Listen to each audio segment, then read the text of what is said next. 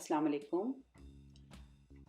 मेरा नाम आरज़ू मलिक है और आज मैं ऑटिज़म के सिम्पटम्स, अलामात और रेड फ्लैग्स की बात करूँगी।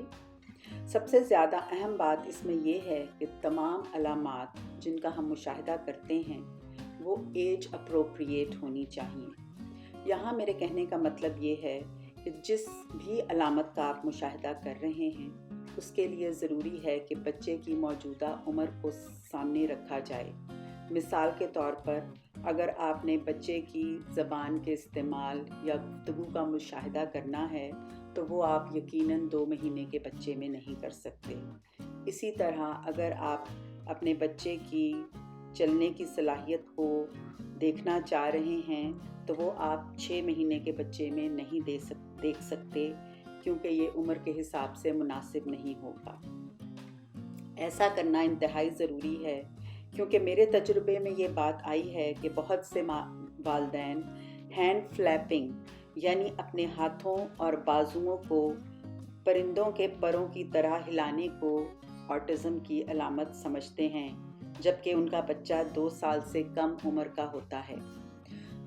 2 साल से कम उम्र के बच्चे में हैंड फ्लैपिंग बिल्कुल नॉर्मल समझी जाती है, क्योंकि इस उम्र में बच्चे अपनी एक्साइटमेंट का इजहार इसी तरह से करते हैं। अगर बाद की उम्र में भी इस तरह की हैंड फ्लैपिंग जारी रहे तो ये यकीनन एक रेड फ्लैग समझा जाना चाहिए।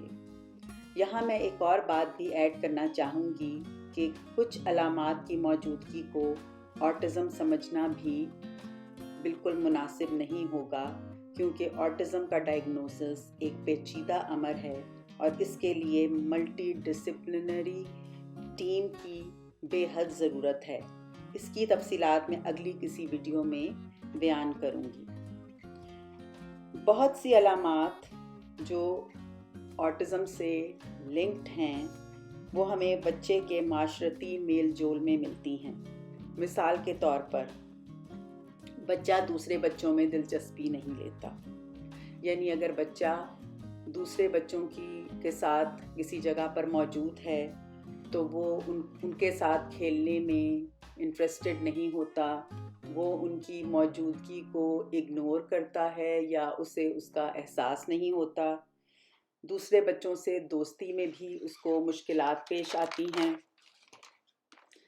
माशरती बातचीत में भी ऐसे बच्चों को मुश्किल होती है, क्योंकि या तो उनमें स्पीच डिले होता है, उनकी लैंग्वेज उतनी ज़्यादा अपने उम्र के दूसरे बच्चों की तरह डेवलप नहीं हुई होती, और या उनके पास उतनी वोकैबुलरी नहीं होती, उनके पास अल्फाज की तादाद उस हद तक नहीं होती कि वे दूसरे बच्चों के साथ बातचीत कर सकें। इसी तरह से उनके जज्बात और एहसासात को समझना भी बहुत मुश्किल होता है। ऐसे बच्चे जिनमें ये सिम्टम्स पाए जाते हैं उनमें ये सिम्टम भी बहुत अहम है कि ये बच्चे दूसरे लोगों के या दूसरे बच्चों के जज्बात और एहसासात को समझ नहीं पाते। फिर एक और सिम्टम जो बहुत अहम है वो तसव्वुराती खेल की गैर मौजूदगी है।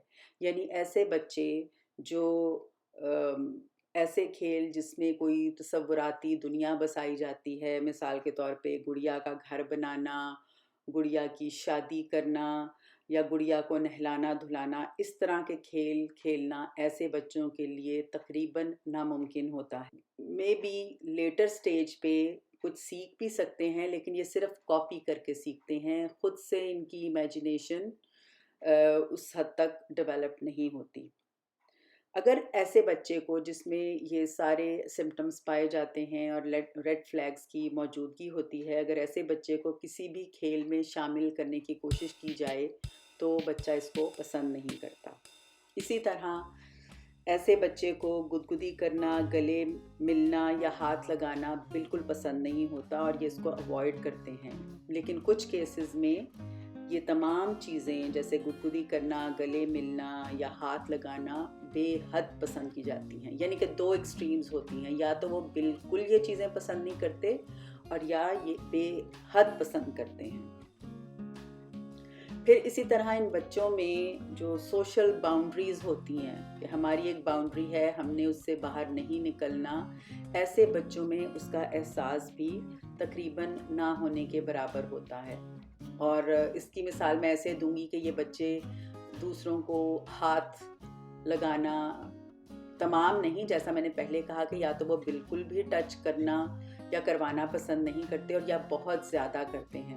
تو ہم یہ بھی دیکھا گیا ہے کہ ایسے بچے سوشل انٹریکشن کا مطلب سمجھتے ہیں کہ ہم نے صرف سوال کرنے، تو وہ ایک ہی طرح کے سوالات بار بار کرتے ہیں اور وہ یہ سمجھتے ہیں کہ سوالات کرنے کا مطلب ہے کہ وہ ایک طرح سے بات چیت کر رہے ہیں. مختلف قسم کی معاشرتی صورتحال میں ایسے بچے سوچے سمجھے بغیر حصہ بھی لیتے ہیں اور ان کو اپنی سچویشن کا احساس نہیں ہوتا.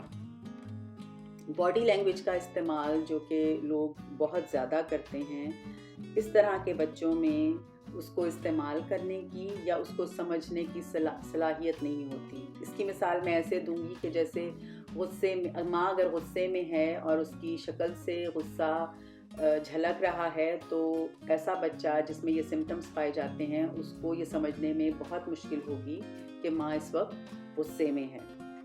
یہ بچے اپنی پسند یا ناپسند جذبات محسوس بچوں کے ساتھ شیئر نہیں کر سکتے یا اس کی صلاحیت نہیں رکھتے یا بہت کم رکھتے ہیں.